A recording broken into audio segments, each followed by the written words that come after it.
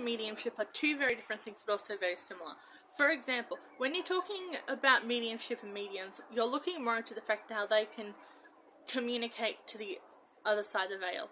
Now, technically channeling does that too, but the only difference is that when you come to the terms like mediumship and mediums, they tend to be more talking to loved ones that have passed, while channeling leans into more talking to, while yes, things from beyond the veil, it's also looking into facts, things that are more other beings, specifically like your angels, the other deities, animals. It's like different types of beings, and so you don't tend to find channelers, people who identify as channelers, always calling themselves mediums, because it is very different at the same time. So I channel, that's something that I specifically do, and I've actually had a lot of times where it is very different. I find that the connections are different from when you are doing mediumship to channeling. And mediumship are two very different things, but also very similar. For example, when you're talking specifically about mediumship, is that one of the reasons why I don't technically call myself a medium on that percent. So a lot of the information I have is more percentarized towards myself. However, one of the reasons why I don't specifically do a lot of mediumship is because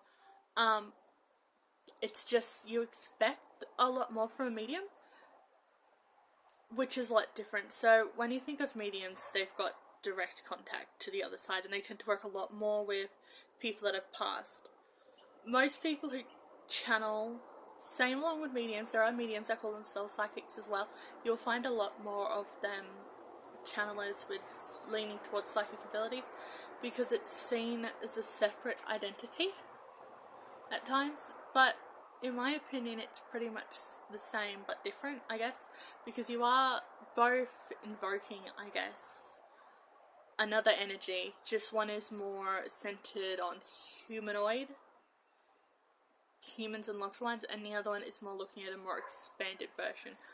That being said, though, is that there are so many different ways to do mediumship and channeling, of course.